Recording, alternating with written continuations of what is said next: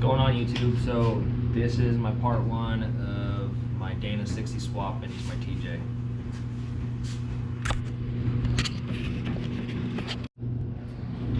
I'm kind of a DIY guy, so everything I have for this swap I've done myself. I made a truss for it so far. The axles I'm working with is a 2003 Super Duty Dana 60. Today, probably all I'm going to be doing is putting on the truss. So I hope you guys like the video.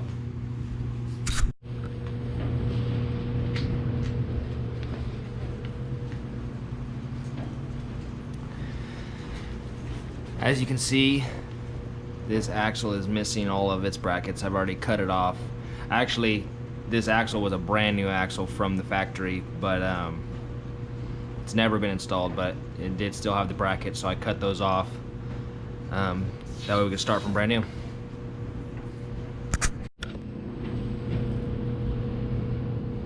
The truss I made, it's out of 3/8 by 4 plate.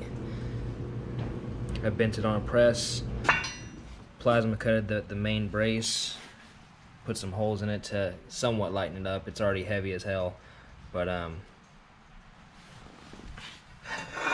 little bit more grinding and we'll be good to go. As you can see, it'll look good. We're gonna start with the axle prep. That means I'm gonna be grinding off all the paint and just getting a smooth surface for welding.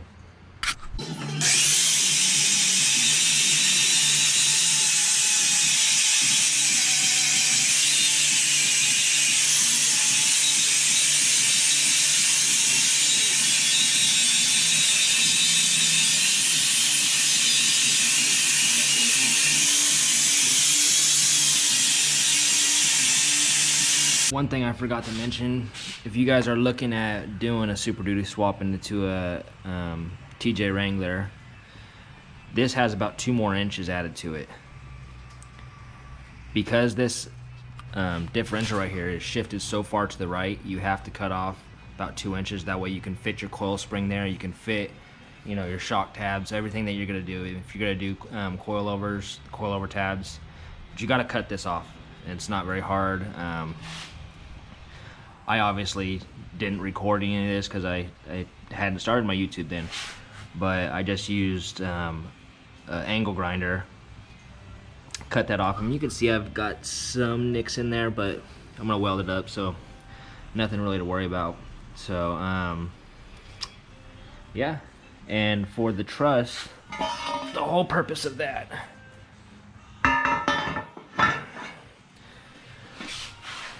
hold on, let me get this on here. The whole purpose of the truss is to strengthen it. I'm building the rock crawler, so I'm going to be running a 40-inch tire on this. So there's a lot of weight, a lot of stress on these points right here. So that's what this does, is it puts a whole bridge in there and tightens everything up. And it also, because the TJ has mounts up here, it gives me a spot to weld to, because cast iron is extremely difficult to weld to. We're gonna do it, but I would rather have structural welds here and down here and have my brackets attached to that. So I've got caster set at 6 degrees. The axle is level. I'm gonna tack it to the jack stands now. I know it's not the best scenario, but that's all I've got for right now. So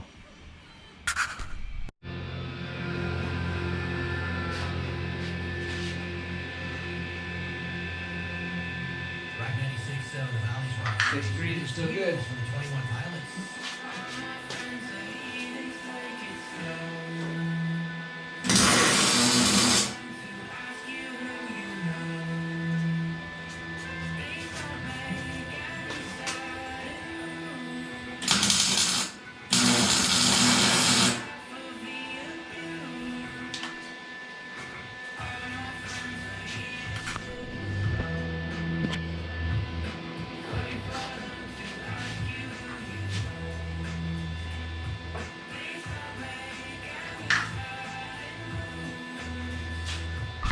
Okay, so now I'm gonna get a center line on the axle, that way I can put the truss on. So the Super Duty axle comes with a 3.5-inch tube. So get center line of that. All we gotta do is find center line of that.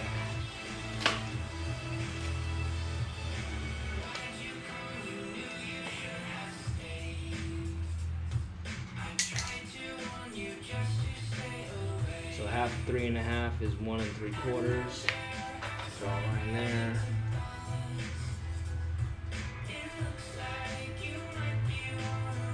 Draw a line there. A little too big, but it'll get it.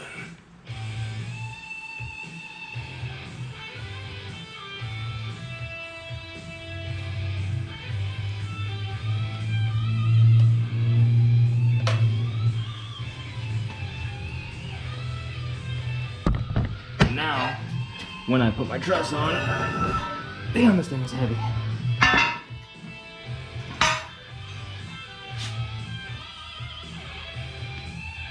I can come over here, measure that out to the line, and boom, we're centered. So like I suspected, we're gonna need a little bit more grinding. As you can see, you can still see light through there. And that's also affecting my levelness. It's only about a degree off, but I want it perfect, so. I don't know if you can see, but right there in the corner, it's gotta have a little bit taken out. And that should drop us and close all that gap.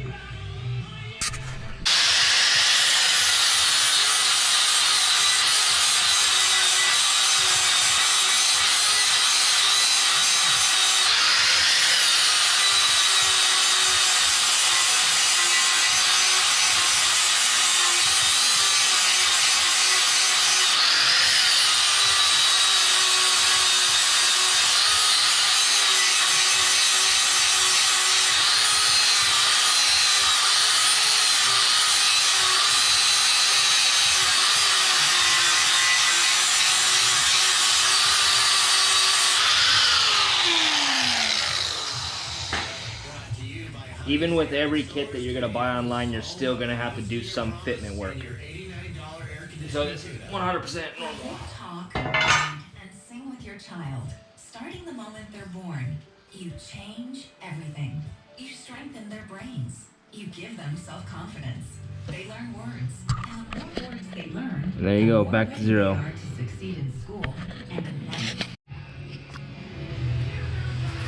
So before I actually start putting it onto the axle itself, I have to weld up inside of here on the main truss, just because my welding gun can't actually get up in there because the pumpkin is in the way.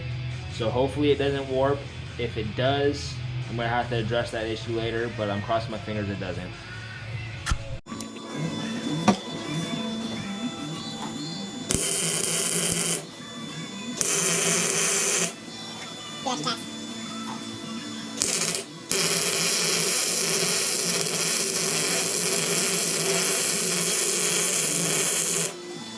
So I'm going to be stitching this, that way it doesn't pull too far.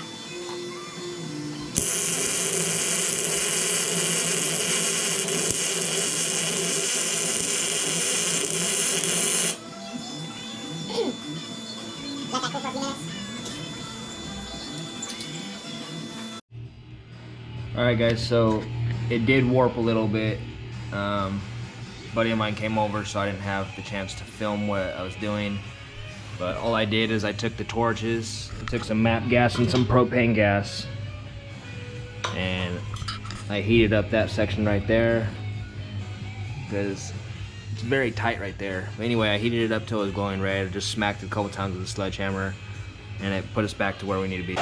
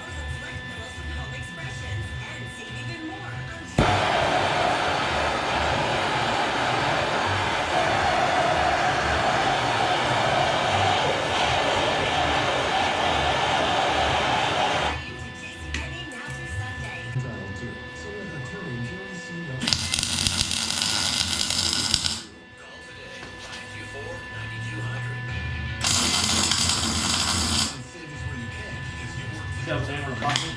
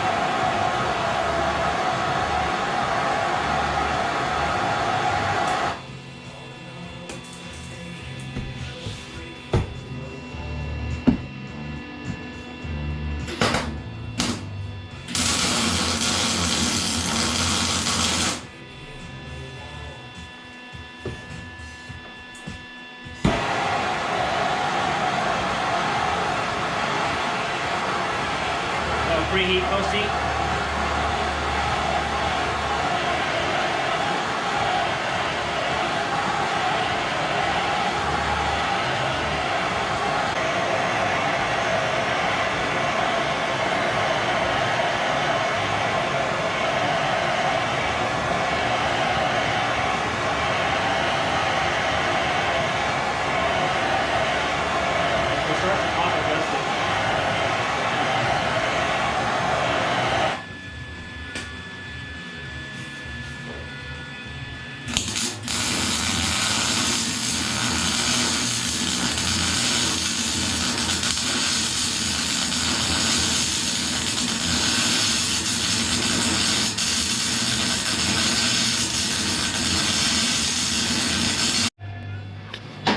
Why are you so shy, Ryan?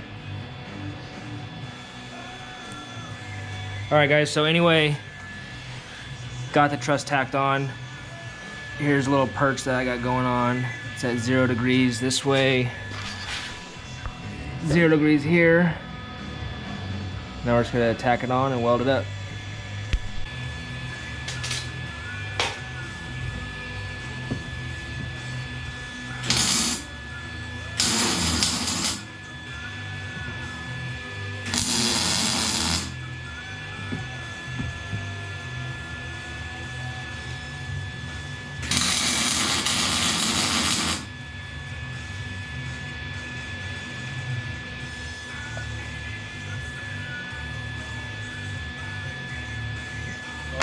That'll work for that side.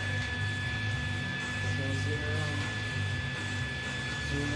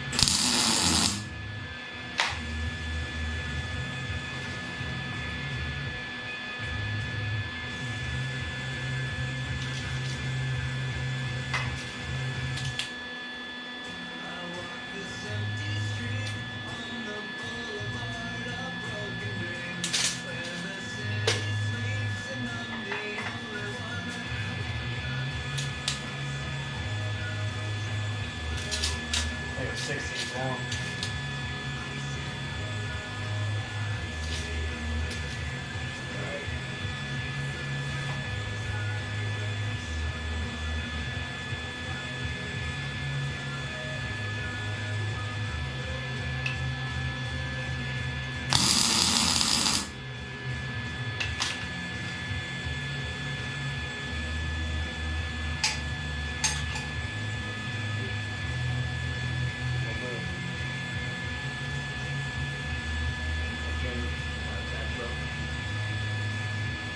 So I didn't get as much done as I wanted to, but I did get some stuff done. My neighbor came over and we were hanging out.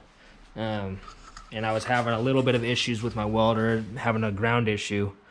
But anyways, I got the purchase tacked on. I still have to put the actual spring holder and then the retainer on.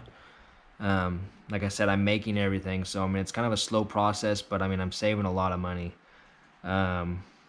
Plus, like I said, I mean if I can build it, I'm gonna try to build it. And I mean it helps that I work at a place that I'm, I can actually do this stuff. So, like I said, I mean I've got everything tacked on, everything's square, everything's level. I don't know exactly when the next video will be. I'm trying to stay on it, but I mean it's kind of hard. But anyways, if you guys like what you see, I mean stay tuned, subscribe if you can. All right, thanks guys.